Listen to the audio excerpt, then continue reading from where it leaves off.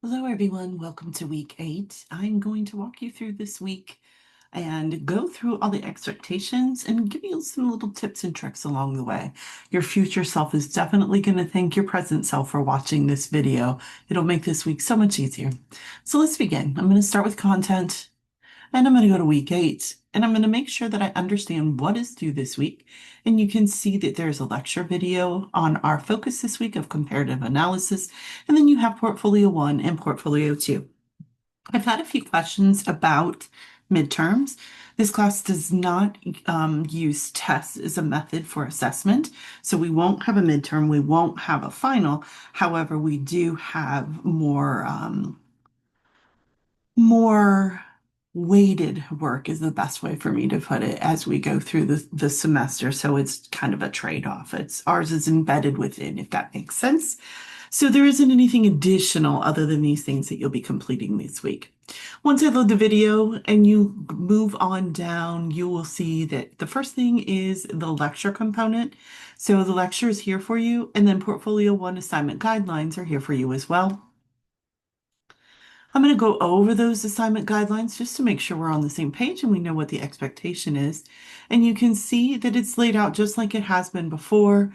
You are going back to the traditional method of rhetorical analysis. So you will read an article.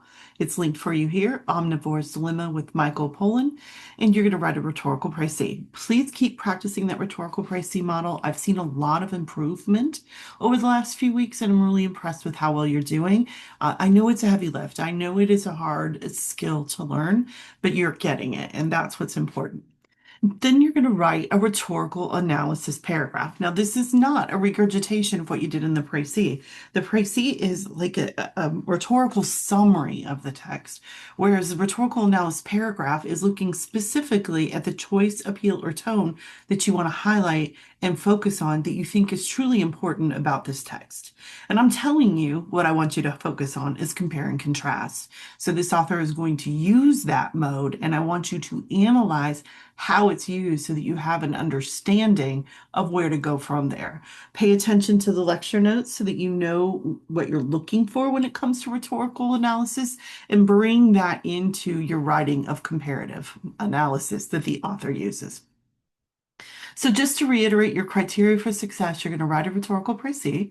You're going to write an analysis paragraph. And as always, please use MLA, submitting it correctly as required. And then there's a model for you below. That's Portfolio 1. And Portfolio 2 is just like it's been, it's your application of the mode to your topic that you've been developing.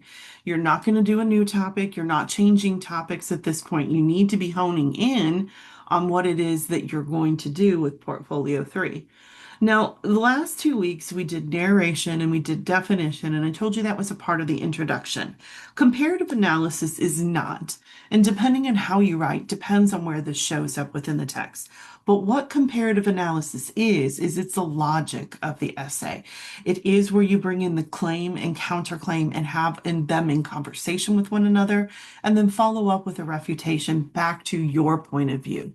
So it is essential that we use that kind of logical approach to what we're doing. I'm going to view this full screen.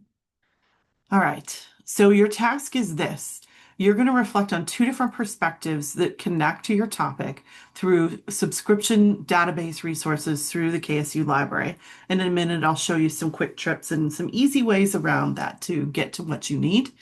Then you're going to write a discussion board post, and it's going to be these bullets. And I do want to see these bullets. I'm not looking for anything more than that.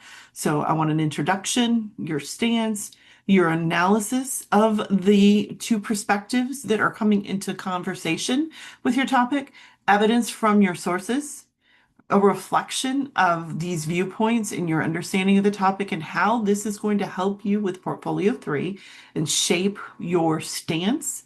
And then finally, give me the MLA citations for those sources.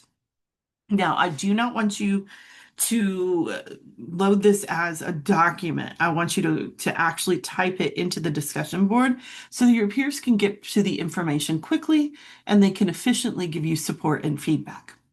And that's the next step. The next step is peer feedback. And I use something called the ladder of feedback. I want you to think of a physical ladder that you climb up. These are the steps you climb up to ensure that we're going beyond, yes, that's great. And we're making sure to give our peers some solid feedback that they can use. So the first one is clarify, restate what you understand. So I understand that your topic is this, or your stance is this, or you're going to comparatively analyze this. Then evaluate, what do they do well? Where are the strengths? But also, where are the gaps? So it shouldn't be, oh, this is great. It should be, I'm concerned about, or I see some issues with, or I'm not sure if I'm missing blank. Then question them. Have you considered this? Have you considered this? Think about audiences that they may not be thinking about, bias that they could be considering or refuting, complexities or other counter arguments not in play that they may want to have a suggestion of, and then give them the next step. I would go here. This is what I would do next to help them expand or refine what they have in progress.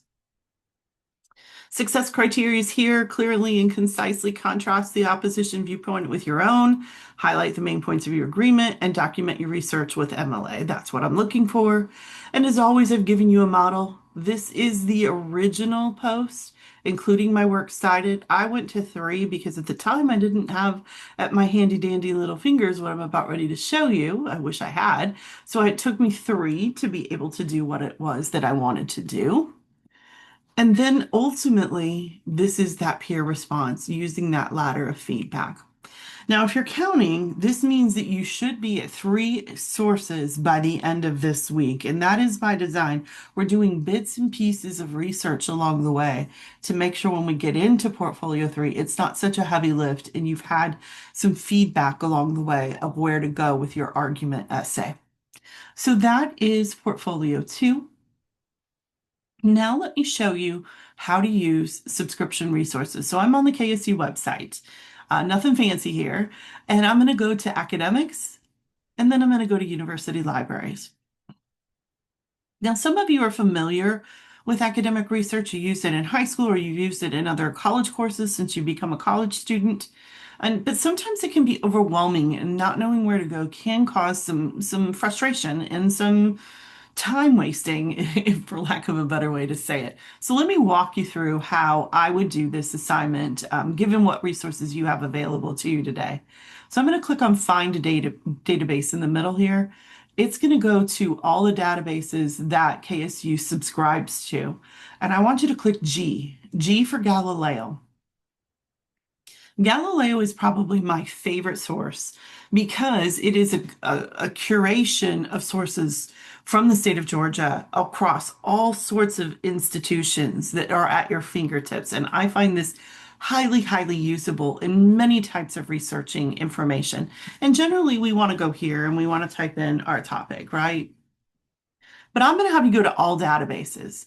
So the state of Georgia has combined all the databases and they have them available through the University System of Georgia, through the Technical College System of Georgia, and through the K-12 system of Georgia for students to use. And this is the platform that I find most helpful because it is pretty robust with everything that it has. But I want you to click on P, and I want you to scroll down to a new one that's come up that's called Points of View Reference Sources, and it's by EBSCOhost. It's one of the bigger subscription warehouses for information. But what they've done is they've curated for you within Galileo through the points of view topics that are in conversation with each other. Whoa! So I'm going to type my topic in here. I'm going to type in gig economy. And the first one is always going to return like an overview of the topic. So if you're not familiar, you could have used this for definition, but I also don't want you to use this type of definition method. This is called a dictionary definition. I wanted you to use one of the modes. And so I really kind of pushed you into finding a source that was not a subscription resource. But it doesn't hurt to go in here, especially as you start to get into the rest of your definition of terms. You're going to need 10 total. It might be a good place for you to return to see what else you can use to help define. But if I scroll down, I'm going to see a point and counterpoint article. Point, gig workers should be considered contractors. Counterpoint, gig workers should be considered employees. Ha, those two are in conflict with one another. Those two are exactly what I'm looking for comparative analysis. So I have my two sources that I can now use and that I can make the work for the argument that I want to do.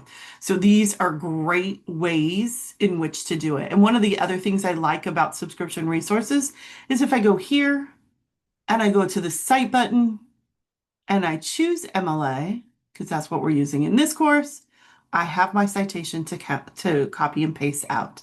So it does make it much easier to use, and it also makes it very efficient for you to use as well. So that's my little tip and trick for you this week. Let's go back to week 8 and make sure we're on the same page.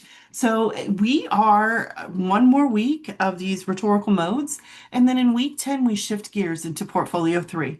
So here's my last bit of please, please, please. If you are missing anything, if you need any support to get caught up, now's the time. Once we get into portfolio 3, we cannot do any revisions or go back and do anything on previous work.